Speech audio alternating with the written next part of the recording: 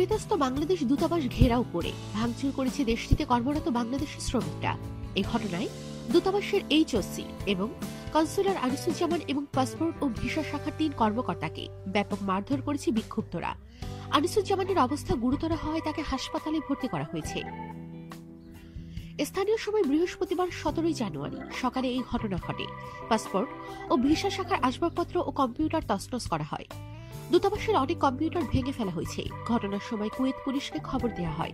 পরে পুলিশ এসে দূতাবাসটি ঘিরে রাখে।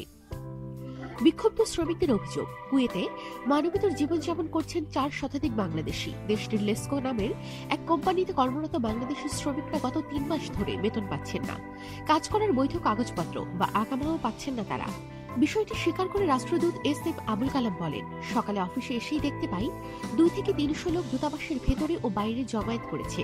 আমি গাড়ি থেকে নামার পরে ৮ থেকে ১০ জন তাদের সমস্যার কথা বলতে শুরু করেন।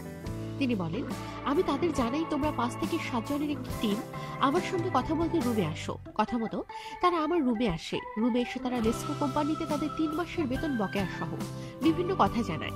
আমি ও দূতাবাসের কর্মকর্তারা তাদের সমস্যার কথা মন দিয়ে শুনি এবং নোট নেই। প্রতিনিধি দলের সামনে লেসকো কোম্পানির কর্মকর্তাদের ডেকে আনি। ওই সময় লেসকোর কর্মকর্তা জানান, গত বছরের জুলাই থেকে লেসকোর ব্যাংক অ্যাকাউন্ট জব্দ হয়েছে। ২ দিন আগে লেসকোর জব্দ অ্যাকাউন্ট খুলে দেওয়া হয়েছে। তাই আগামী ৫ই ফেব্রুয়ারির মধ্যে বকেয়া বেতন ভাতা পরিশোধ করা হবে। এছাড়া বাংলাদেশের শ্রমিকদের আকামার অগ্রগতির বিষয়টিও জানায় তারা। লেসকো কোম্পানির কর্মকর্তার কথায় প্রতিনিধি দলটি আশ্বস্ত হয়। এরপরও দূতাবাসের কনসুলার আনিসুজ্জামান ও ৩ কর্মকর্তাকে মারধর করা হয়েছে।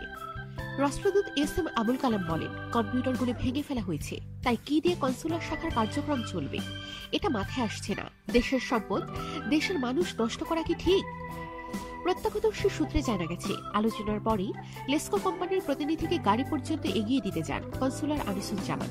তখন ঘেরাও করে রাখা বাংলাদেশি শ্রমিকরা কনসুলারকে মারধর করে। তাকে বাঁচাতে গিয়ে আরো ৩ জন কর্মকর্তা শ্রমিকদের হাতে আক্রান্ত হন। শ্রমিকরা জানান, দালালদের মিষ্টি কথায় গ্রামের সহজ সরল মানুষ ভিটে মাটি বিক্রি করে ৭ থেকে ৮ লাখ টাকা খরচ করে লেসকো কোম্পানিতে কাজ করতে কুয়েতে আসেন।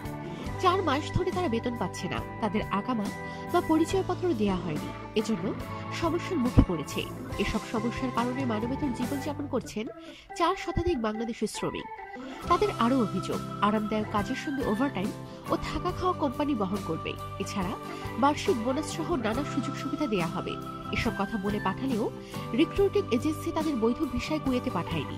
এজন্য চরম বিপদে আছেন তারা। সেই সঙ্গে দালালদের টাকা দিয়েও আকামা নবায়ন করতে পারেননি। এজন্য চরম অনিশ্চয়তার মুখে পড়েছেন। আমাদের সাথেই থাকুন আর অবশ্যই সাবস্ক্রাইব করুন।